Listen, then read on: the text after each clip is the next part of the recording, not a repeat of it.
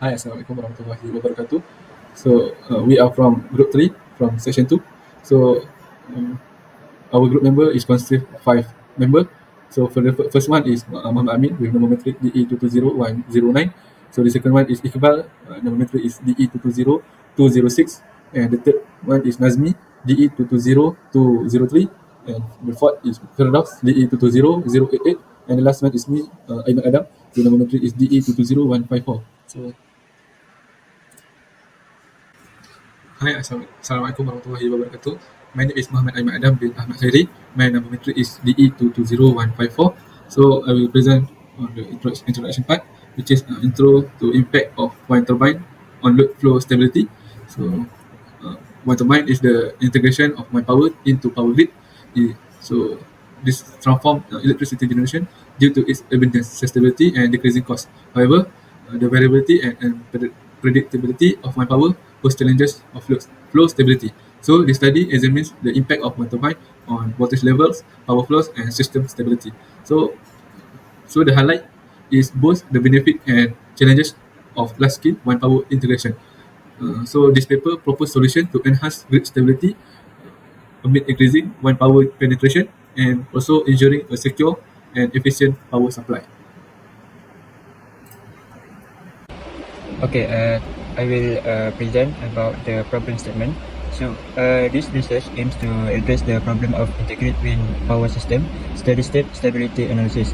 The increasing incorporation of wind turbine into electrical network present unique challenge for maintaining stable system operation.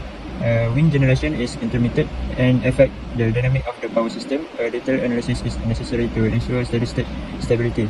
To analyze the steady-state stability of power system with wind turbine integration, the issue statement calls for the development of efficient tools and methodologies that take into account variables such as wind turbine modeling, power flows analysis, voltage stability evaluation, and control strategies specifically designed for wind power system.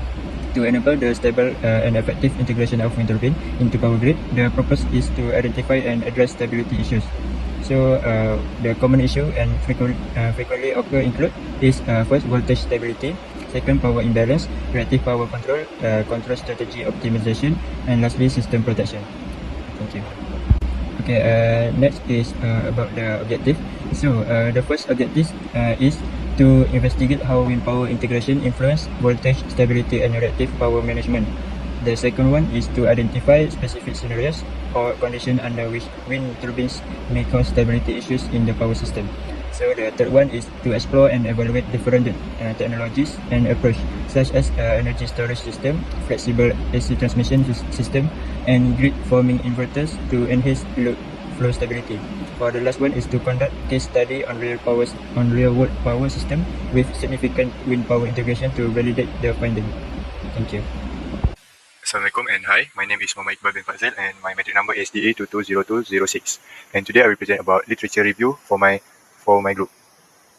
Next slide is we will discuss the critical topic of power system steady state stability analysis. This analysis ensures the continuous and reliable operation of power system under normal condition and small disturbance. So for the first box is ensuring continuous and reliable operation. So steady-state stability analysis focuses on maintaining stable operations in the power system. So it ensures that the system can return to its normal state after minor change in load or generation. This is essential for maintaining the reliability and quality of power supplies. So for the next box is load flow analysis. One of the functional technique in steady-state stability analysis is load flow analysis. This technique determines the voltage magnitude and phase angle at each bus in the power system. It provides valuable insight to the steady-state operating conditions and helping engineers to understand the system behavior under various load conditions. So the next box is about voltage stability analysis. So at this we will focuses on maintaining acceptable voltage levels. So that use techniques such as PV and QV curve analysis are used to assess stability margin and identify the potential risk. This analysis ensures that the system can maintain stable voltage levels under various conditions. So in conclusions, so the overall importance for the steady-state stability is essential for preventing instability, maintaining power quality, and ensuring a stable electrical supply. By understanding and applying this technique, we can design and operate more reliable and efficient power system. Next, in this slide, we will discuss about wind turbine integration techniques. So wind turbine critical for renewable energy goals, and it have several challenges. First is variability and grid stability. So wind turbine integration have several techniques and strategy that we can use for better integration techniques. So first, about advanced technologies. So wind turbines with variable speed and advanced power electronic can improve output and voltage stability.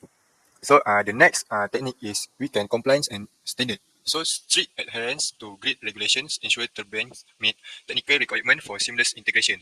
Next is about energy storage solutions. So batteries and flywheels store excess energy during high wind periods and can smoothing power supply fluctuations. So next is grid management strategies. Demand response and flexible load management balance energy supply and demand effectively. So next is infrastructure upgrades. So upgraded transmission lines such as FAX and HVDC system can enhance grid capacity and flexibility for wind power. And in conclusion, the integration of wind turbines into our power system is pivotal for achieving sustainability goals by leveraging advanced technology, adhering to standards, implementing energy storage solutions, employing effective grid management strategies, and enhancing infrastructure. So we ensure that wind energy contribute positively to grid stability and reliability, paving the way for a sustainable energy future. So this is the last slide for literature review. So as we can see in this slide, this is the example for wind turbine integration techniques. So that's all for me. Thank you. Assalamualaikum, my name is Mohamad. So I'm going to present about our methodology project. So this is our project for workflow. So the first step is conducting a literature review. The second step is analyze the correct method to apply this in this project, which is we use a NAZMI method. And the third step is the choice of software, which is MATLAB. And the next step is performing a load flow analysis. The fifth step is to conclude a data analysis and approach a solution. And the final step is to construct a conclusion and a recommendation for this project. So this is our simulation flowchart, and this flowchart outlines the process of improving voltage drop during an increase in power demand using the TOHID method. Initially, data synchronization is modified using reference. If the voltage drop is resolved, the process ends. If not, the system uses 10% more power in the load until the voltage reaches the target level. This process is applied to the IEEE 30 bus system, ensuring synchronization and modification at each step until the voltage is stabilized. So as you guys can see, this is the IEEE 30 bus that we used, and we chose the bus number 10. So this is our simulation for IEEE 30 bus system, and we are using the TOHID method. And the value and the data and the coding system that we got is from the MATLAB community and our lecturer guidance. Hi, my name is Mohamad Amin, and I will present about our simulation for IEEE 30 bus system using TOHID method. So the value data and the coding that we got is from the MATLAB community and our lecturer guidance. So first of all, we decided to modify the value on the bus number 10, which is the load from PL and QL. So right now, the value of voltage PU from the total load is 1.027. So we need to increase the value of load 100% until the system is collapsed. So we increase the load value in PL and QL with addition of 100%, which is the value will be multiplied by 2. For example, for the 5.8 value in the PL load, we will multiply by 2 and we will get 11.6. Same goes with the value in QL, which is we will get 4.0. After that, we can click Run button and take note of our new voltage PU value, which is 1.023. So after we consistently add up the PL and QL value by 100%, the voltage PU will slowly decrease and it will go out of the range value, which is 0.9 and 1.1 PU. So we can conclude that the system has collapsed because the value is under 0.9 PU. So for the final value for PL and QL load, we get 185.6, and for the QL is 64.0. And click the Run button, and the final value for the voltage PU that we get 0.826. So we can conclude that the system has collapsed because the value is under 0.9 PU, which is the outside for the range for 0.9 PU until 1.1 PU. So the next step is we need to increase the PG value, which is here. We increase the PG value by the addition of 50. For the voltage PU, we start to increase, and we will get the new voltage PU, which is 0.864. So after we consistently add up the PG value by addition of 50, we will notice that the voltage PU will start to increase. And at one point, when the PG value was at 350, the voltage PU that we obtained is 0.957, which this value was inside the range of 0.9 and 1.1 PU. So we can conclude that the system already reached the stability. Thank you. So next, I will present for our result analysis for our project. So first, we determine which bus we want to modify. So in our group, we already determined we want to modify bus 10. So as you can see here, we can see the table which is have load and voltage PU value. So in the load, we have real power and reactive power value. So for the first, for the initial value of P and Q, which is 5.8 and 2.0, it is actually obtained from the IEE30 bus table. So after we run the coding for the value of P 5.8 and the value Q 2.0, we obtain the result for voltage PU is 1.027. After that, we increase our load to 100%, which is we times 2 our P and Q. So as we can see here, from 5.8 we increase by times 2, so it becomes 11.6. Same goes to 2 at reactive power. We times 2, so we got 4. After that, we run again, we obtain the new voltage of PU, and then we repeat the same step for the next value of P and Q until we obtain our voltage PU is already out of stability range, which is 0.9 and 1.1, 10% from the nominal value. So after we try to run the coding, after we want to increase the load by 100% after 185.6 and 64, it means the next real power and reactive power value is 316.2 and 128. We cannot see the voltage, the value of voltage PU. It is because the system has already been collapsed because it is already out of the range of stability. So as we can see here, these are my last voltage PU that I simulate with MATLAB. So it is true that when we run real power 185.6 and reactive power 64, we got the result for the voltage PU is 0.826.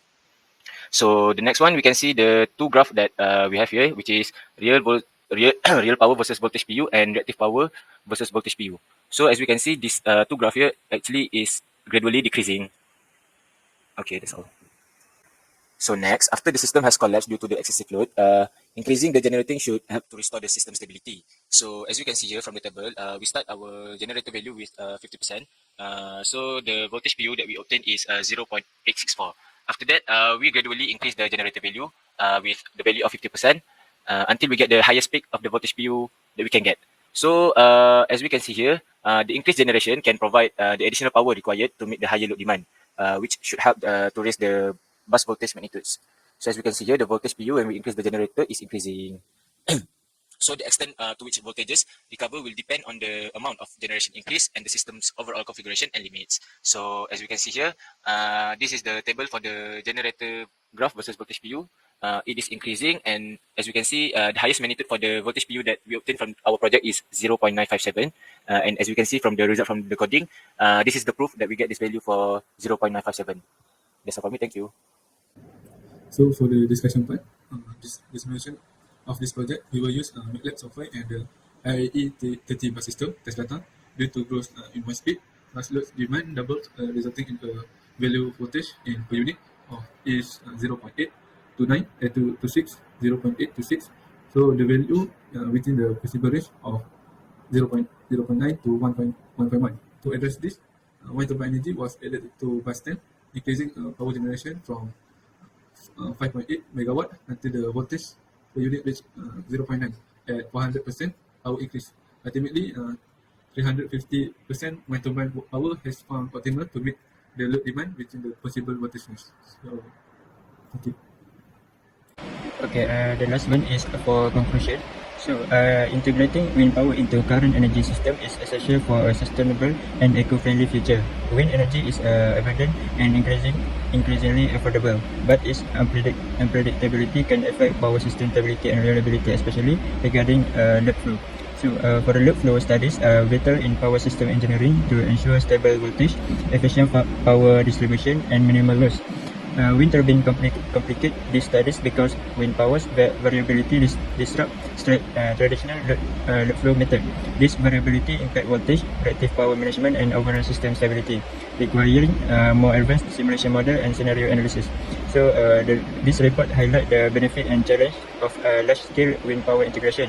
It stressed the importance of understanding how wind turbine affect load flow stability to develop strategy for integrating renewable energy source while maintaining system security. By addressing these issues, the power sector can better manage the transition to sustainable energy, ensuring a steady and secure electricity supply even with increased wind power use. That's all. Thank you.